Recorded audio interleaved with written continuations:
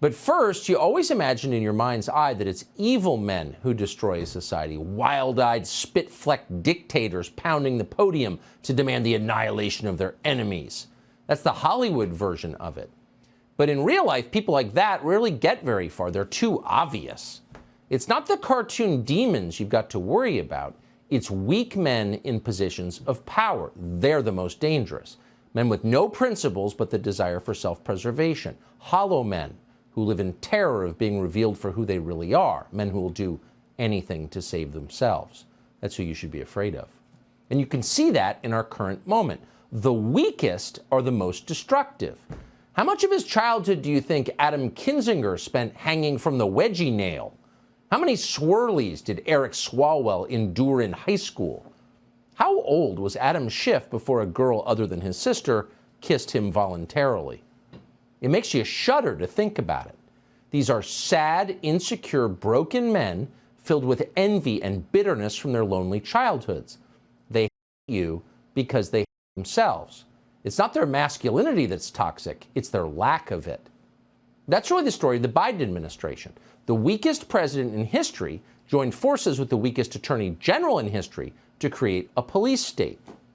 Shocking? Well, once you understand the principle, it shouldn't really surprise you.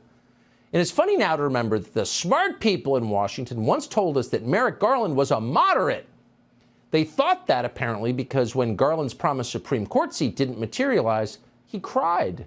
Oh, he's crying, they thought. He's so sensitive and thoughtful. But no, Merrick Garland was crying for himself because he is a self-pitying careerist with no perspectives on his own life, whose job is everything to him. He is, in other words, literally the last person you would ever put in charge of the Department of Justice. So naturally, Joe Biden did. And that turned out to be a pivotal decision. Merrick Garland has presided over the most aggressive attack on civil liberties, and in particular an attack on the practice of traditional Christianity, that any living American has seen. Now, Garland would never say that in public, of course. That would be too straightforward. His approach is feline, not canine. Every word is a weasel word. But under sustained questioning, the real Merrick Garland emerges, and it is and dishonest. Here he was in the Senate yesterday facing off against Mike Lee of Utah. DOJ has announced charges against 34 individuals for blocking access to or vandalizing abortion clinics. And there have been over 81 reported attacks on pregnancy centers, 130 attacks on Catholic churches since the leak of the Dobbs decision, and only 2 individuals have been charged.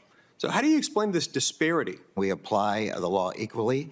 I will say you're quite right. There are many more prosecutions with respect to the blocking of the abortion centers, but that is generally because those actions are taken with photography at the time, during the daylight, and seeing the person who did it is quite easy.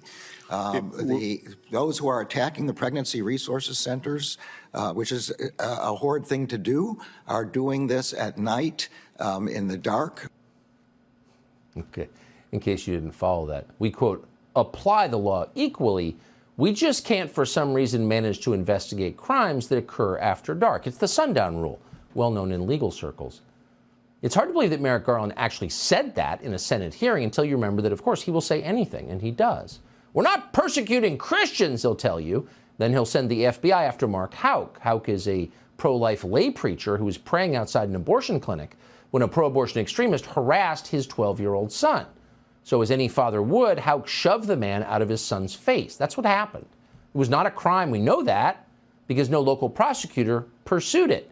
And it is certainly, without question, not a federal felony to push out of your 12-year-old son's face.